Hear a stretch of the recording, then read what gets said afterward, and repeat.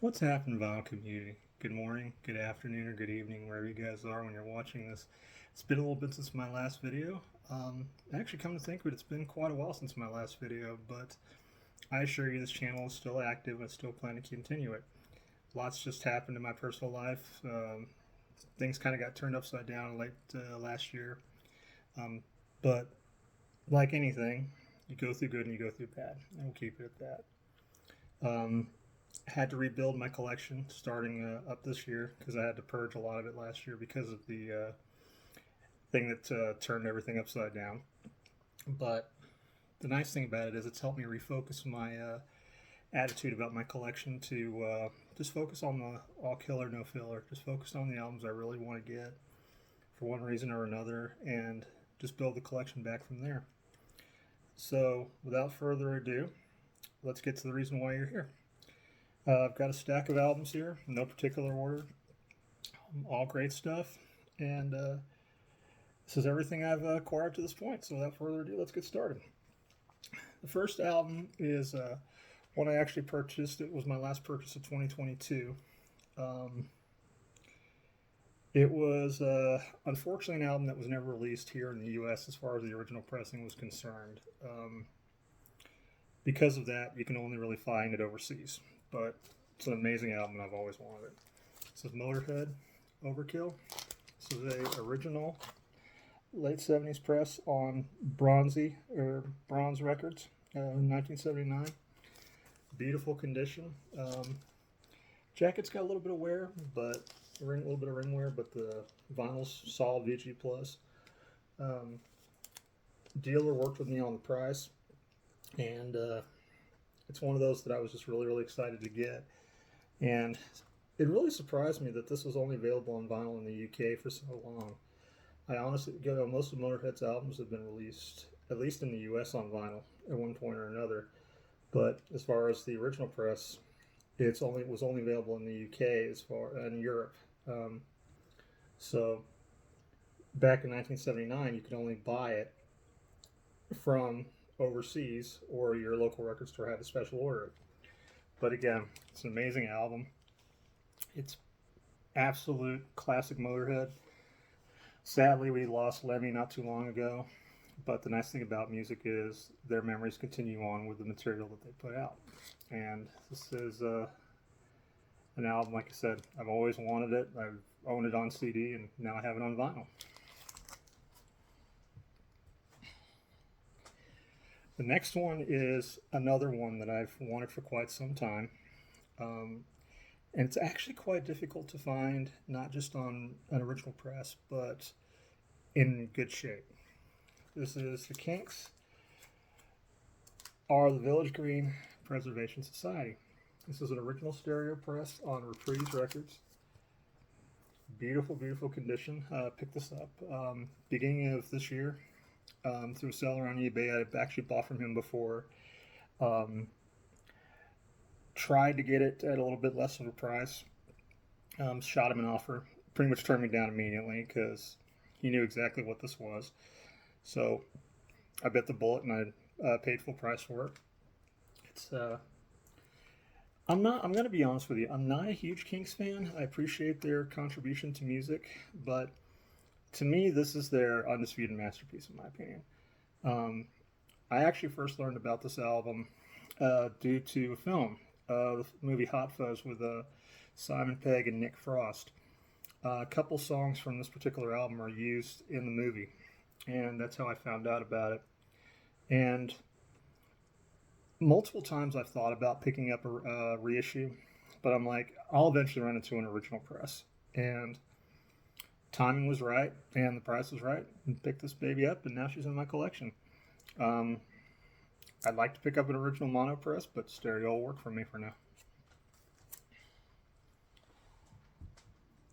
The next one is actually one I wasn't even aware of, but that's the joys about digging in your local record store. This is Epsilon in Malaysian Pale by Edgar Froese. This is a 1975 pressing. I think this is a second press, actually. I could be wrong.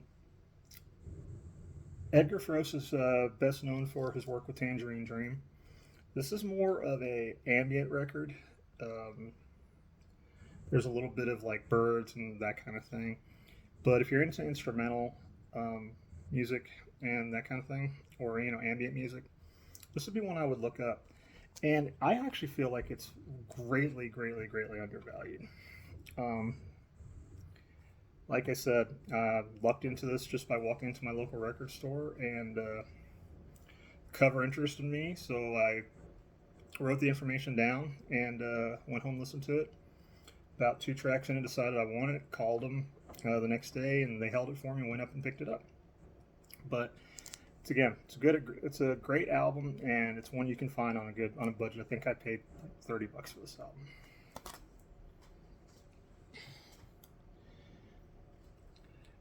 The next one is an album that I have to thank Dylan at Noble Records for turning me on to, like so many other albums. Uh, this was actually my first purchase after things got back on track in my personal life. And I have to thank Jellyfish Records for working with me on purchasing this album.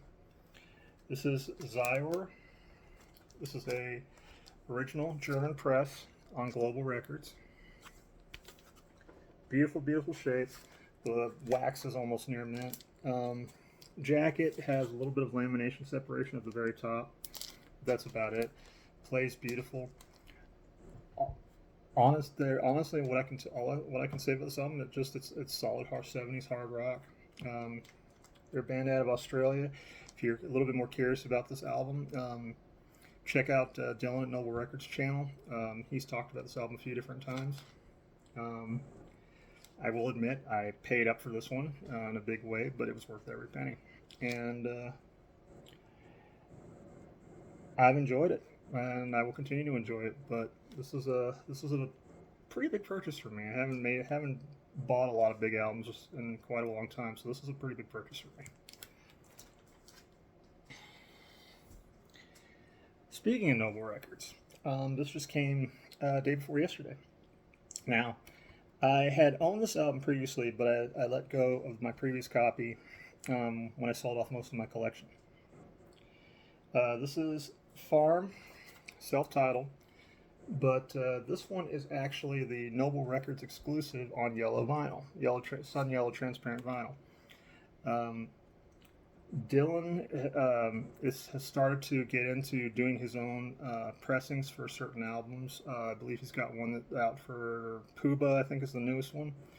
But he's done a couple different pressings of this, and they've always sold out really fast. So when I saw he had this on pre-order, and the fact that I didn't have a copy, I decided to jump on it.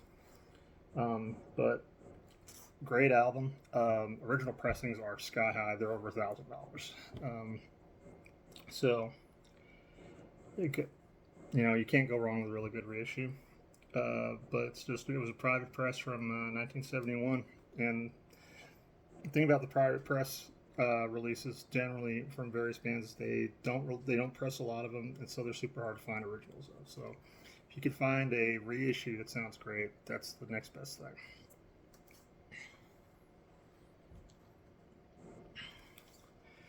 Got two more to show you before we end this video. These next two are big ones for me. Not super old, but definitely grails for me.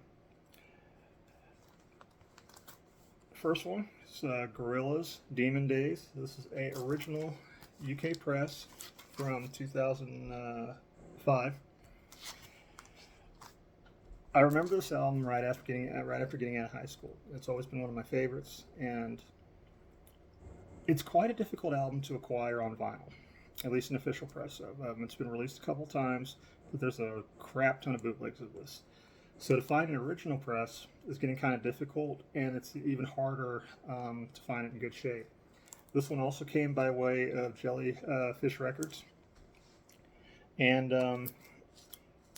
it would have the parental advisory sticker here, but I don't think this. It may pick it up, it may not. But it was taken off at some point in its life. This is 100% original. The matrices have been checked. Everything is good on it. Solid VG Plus condition, bordering on excellent, sounds great. Can't really say much more about this album apart from that it's an amazing album. It's one of my all-time favorites, and I'm happy to own this on vinyl finally. And I'm even happier that it's an original press and I didn't have to go the Vinyl Me Please reissue. Which, by the way, they sound great. Vinyl Me Please does a really good job, but you can't beat an original. So there's that. But really happy to have this. Really, really happy to have this. And this actually, it's hard to find here in the States. You generally have to go through the UK to get an original press for this. So to find a US seller that had one, that to me made it even better. But again, really happy to pick this up. And the final one actually came in a little while ago. This is an album that I have always been in love with. I've owned it on CD multiple times. Original pressings are really hard to find here in the States. You generally have to go to Europe, and that's what I had to do with this one. This is Portishead, Dummy. This is a original press from 1994. Super, super clean. I mean, apart from a little dust from the inner jacket, it's absolutely flawless. The jacket is VG+, VG++. The vinyl is bordering on excellent. And with an album like this, you really, really need to have it as clean as possible. Portishead is very ambient, or morose, whatever you want to call it. They're sort of trip hop. But unlike bands like Massive Attack, etc., they tend to be a little bit more quiet. And this, to me, is, I think, their best album. It's the one that everybody talks about. It's on plenty of, top 100 lists, etc. And it was one that, honestly, I had put on my list for quite a long time, but I didn't expect to pick one up so soon, especially in this kind of condition. This came by way of a seller out of Belgium on Discogs.